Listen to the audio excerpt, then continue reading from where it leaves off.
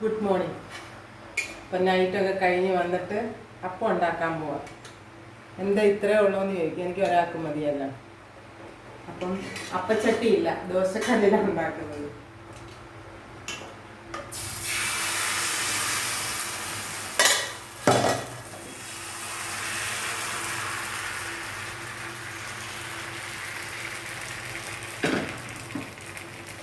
ഇത് ദോശയെന്ന് പറയണോ അപ്പമെന്ന് പറയണോ, നിങ്ങൾക്ക് ഇഷ്ടമുള്ള പേരിട്ട് വിളിച്ചു.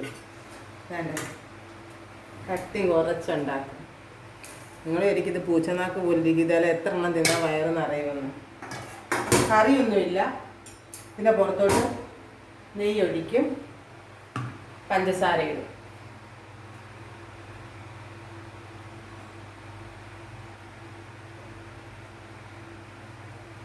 ചെറിയ അരി എടുത്തിട്ട് കുഞ്ഞു ജാറുണ്ടല്ലോ, അതിനകത്ത് അരച്ച് വെക്കും.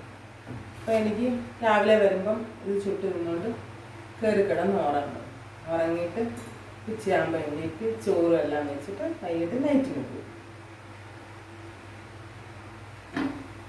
എന്നാ ഇതിനകത്തോട്ട് നെയ്യ് ഒഴിക്കും.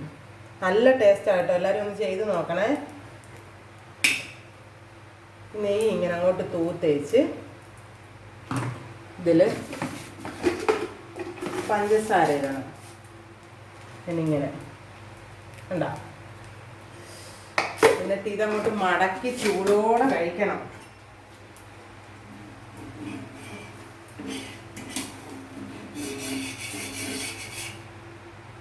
ഇതങ്ങോട്ട് കഴിച്ചാൽ എന്തോ ടേസ്റ്റാന്ന് പറയാം. ഒരു കറിയുടെ ആവശ്യമില്ല, അടിപൊളി ടേസ്റ്റാണ്.